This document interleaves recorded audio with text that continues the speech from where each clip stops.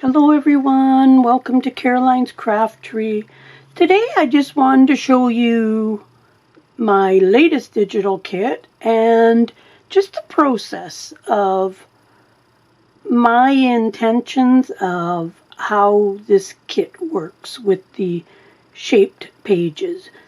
I did one with ladies and everybody really liked it, so this one is mushrooms, and I'm going to be doing other themes as well, so stay tuned for all that. So the idea of this is to make shaped pages. Let's just get a piece of paper here.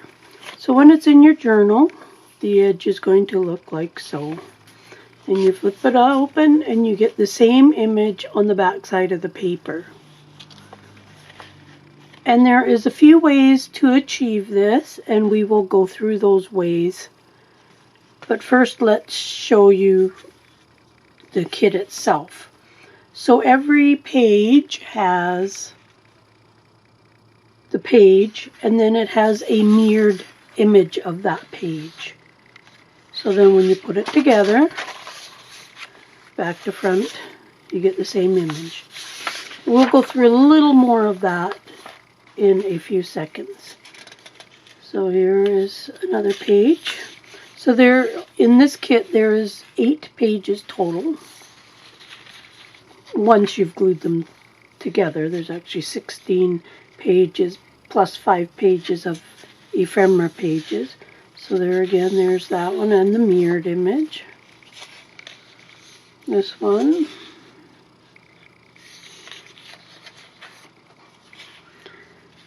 But I'm actually going to assemble one of the pages for you, just so you can see how I do it. And I'm sure there is other ways of doing it as well. As I say, there's a page and then a mirrored page. And that one there. Let's set those aside. And then there's 5 pages of ephemera. There are some big envelopes. And then just a few little mushroom cutouts, just to fill up the pages of them.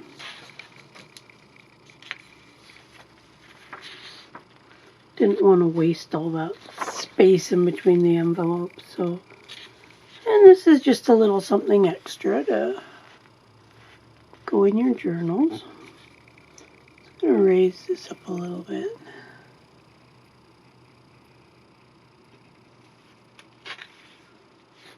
And then there's just a few postcards. So let's talk a little bit more about the page itself. So I have a HP OfficeJet 3820 printer. Now, every printer may be different for this. I only know what my printer does and how I print these off. But I think in general it would be the same or pretty close to other printers. So when I print mine off, if I print in full page mode, which I can do on my printer, but it tends to get finicky when I do full page. So this is a full page compared to this is printed just on all the normal settings, which I then get the little border, which is fine. Now this is in full page mode. It prints better, I guess would be a good word. And if I do it in full page, I can just print on one side and then print the mirrored image on the other side, and it lines up. So then I can just cut all this off, fold it in half, and then when it's in the journal, I have my page. Now that is the easiest way to do it, but not everybody can print full screen. I find it chops a little bit off when I print on full screen. This one's not too bad. So there's that way. But if I don't want to do full screen or I want to resize it a little bit, that's where the mirrored image comes in handy, where I can put the two of them together, that side and that side, glue the two pages together, and cut it out. Now on this one, I distressed this side. You can see, and on this side here, you can see a little bit where it was not 100% lined up. And we all know how hard it is to perfectly line something up. But distressing it just takes away from those white spots. Now this side I did not distress. And I certainly don't like it as much. You can see the little bits of white. But it's not too bad. Now if you want to resize the image and make it smaller, that's easy to do when you do the mirrored image and glue them together. So this is a little bit smaller page. I printed this at 80%. And this one lined up really good. And on this one, I distressed this side of the page, but I did not distress this side. Now if you take a peek at this side, the distressing really blends in all the edge together, I think. And then you've got this side here, which is not distressed. And these little bits of white, they drive me crazy. So that is totally a personal preference on that.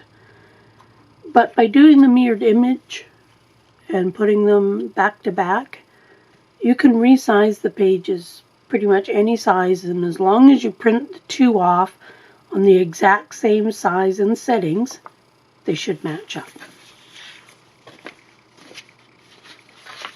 So let's try a page. I'm going to use art glitter glue. I have some of these just to hold my papers. And then I have my ruler and stylus thing for scoring. I do have a scoreboard, but I hardly ever use it. So I've got the two pages here. And these are on a 24-pound copy paper and just on all the normal settings of my printer. I'm going to put them back to back. And just because of the way your printer and margins and whatnot are set up, you can't really just put them back to back and line up the corners and do it because it's going to be off. Now, it's kind of hard to show you how I line these up because of the fact I used the lights of my lamps and hold the paper up against, not really up against the light, but I just hold it up so I can see the reflection of the light. Now a person could cut these out first and then line them up. And I found that kind of tedious because of the fact when you cut two things out by hand, they're not going to be exactly the same. So you might start lining up this end, and then by the time you get to this end, you find that it's not quite right. So I'm going to start, and sorry you won't be able to see this, but I'm going to start by lining up one corner. Now when I line it up, I'm going to put one of these on it, just to give me an extra hand. And then I'm going to go on, I'm going to line up this corner over here. Usually this way it lines up good. It's this way that doesn't. And I think because of all the edges being shaped, you know, this is classified as the border because you can see where it's just a straight little line, so that's kind of the margin of the printing. I'm hoping all this makes sense. So I'm going to line up this other corner, and again, you won't be able to see that. Putting this on a window really works really good because you can really see it through the window. I don't know if you ever put a picture up on a window to trace, but I used to do that all the time. Now once I get the two top ones in line, usually the bottom is fairly good, but I always check just to make sure.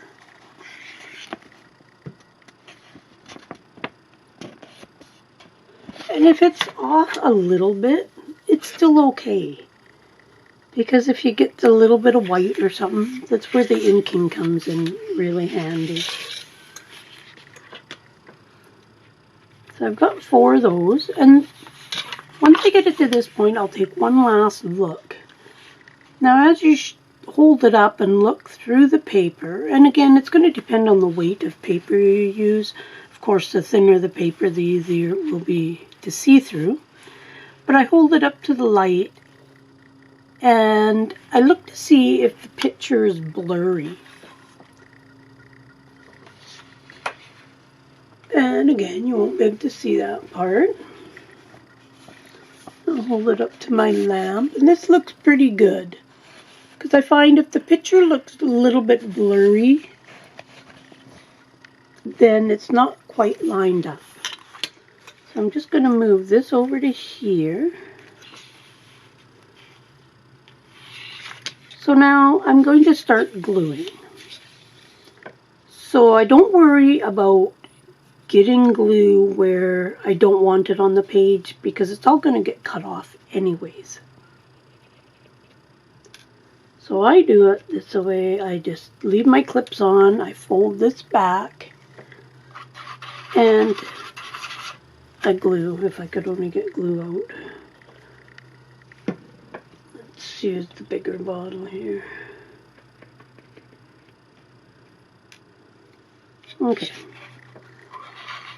So I'm just going to, I don't panic about getting right to the edge because my design's not going right to the edge. So I only do that much of the page and then I put it down. And I usually just use my hand to press it down and spread the glue out within the paper. Now you could use glue stick or your favorite glue. I'm using the Art Glitter glue because I like it. And I'll usually flip it over and press the back side. So there's that. Now I will take these 4 things off because the glue is holding it down. Now I can glue more. I just pull that back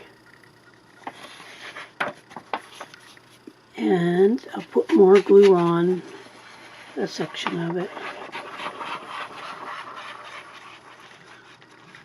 This way is more time consuming,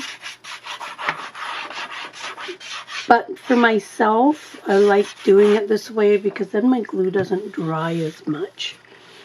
And then I'll flatten it and just run my hand across, going in the direction that I have not glued yet.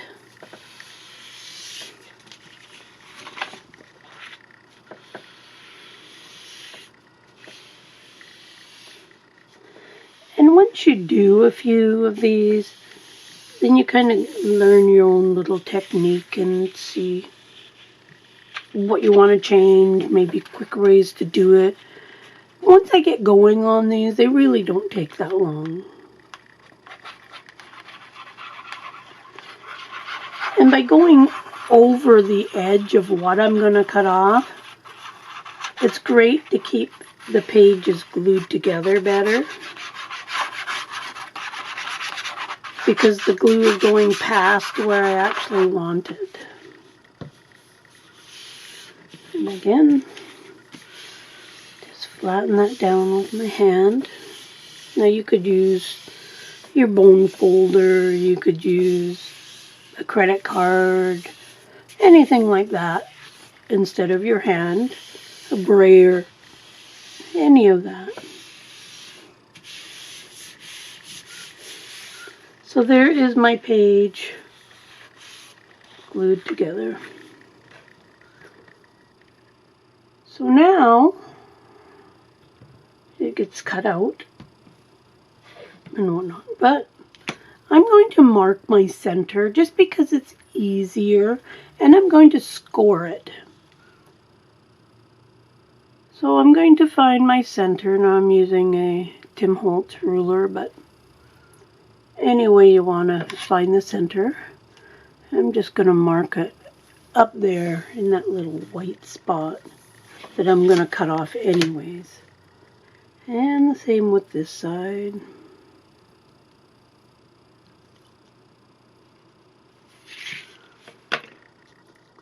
So I find digging out my scoreboard, it's just as easy to do this part like this. Stylus, and I'm going to score it. Scoring, normally I would just fold pages in half without scoring, but because you've got the two pages glued together, the scoring does help with it not buckling. So what I do, and this is just something that I do, is even though I've scored it, I'm going to have my ruler lined up. I'm going to lift this up. I'm just going to run my finger underneath there to start my fold. And I just find with the ruler there, it gives it a little, I don't know, a little base to just get your fold going. So then once I've done that, then I can fold it right over and do that. And then there might be the odd buckle, but overall it's good. So there's a good start on it. Now comes the fun part of cutting it out. And this is the true time that you really get to see how well it's been lined up. Now, when it comes to places like right here where there's like a little thing sticking out, you can be as picky as you want when it comes to cutting those out. Myself, I'll just cut that off. Although I like to be fairly accurate, I'm not obsessed with getting every little nook and cranny, but it's all personal preference, and however you do it is the right way as far as I'm concerned. There is no right or wrong way to make journals.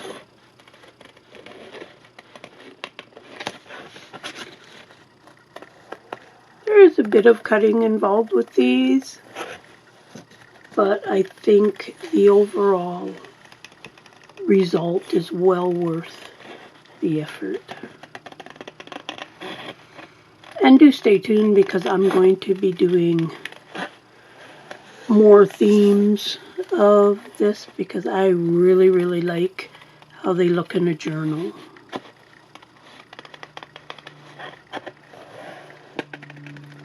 So I don't think I'll cut all of this out. And right here where like the mushroom's kind of flat, you can either cut that flat or you can make it a little more rounded. So there's that edge. Now let's flip it over and we'll see how well it is on the other side. And that's not too bad at all. I am very happy with that. Let's find a piece of paper. Hold on.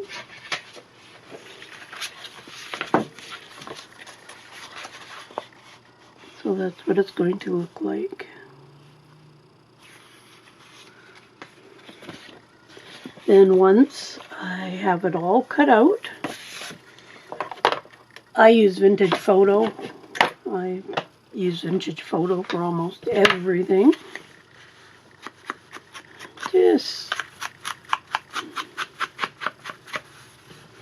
And I'll ink up this side.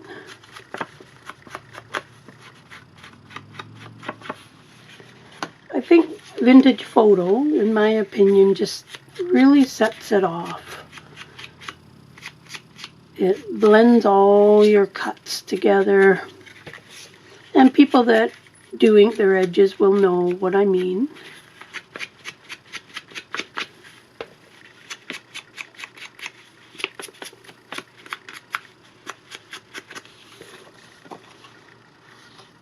So there that is.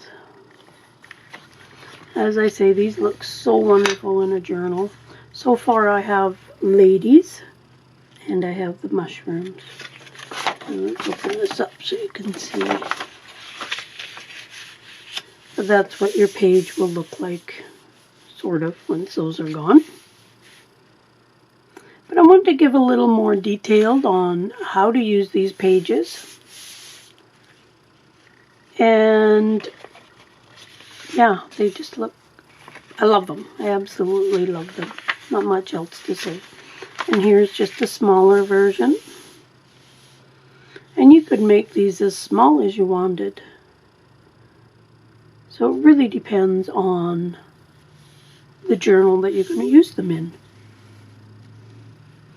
So I hope you like these. And I'll leave some links below for them as well. And your printer might be different than mine, but I don't see why these would not work on any printer. As long as you print the page and the mirrored page on the same settings on your printer, it should work out fine. It's just a matter of lining them up. And the first one, when I did it, the first one was a little bit tricky and it didn't work out as well as I'd hoped. But just learning the little things like holding it up against my light so I could see if they were lined up, or holding it up against the window. The window actually worked way better than the lights, but I don't have a window right by my desk. But all that I can say is I really love how they turn out. If you have any questions, please send me an email, message me on Etsy or Facebook, anywhere, and I'll do my best to help you out. And I would love to see how you use these shaped pages. Check out the links below this video, and have a great day, and see you again soon. Bye for now.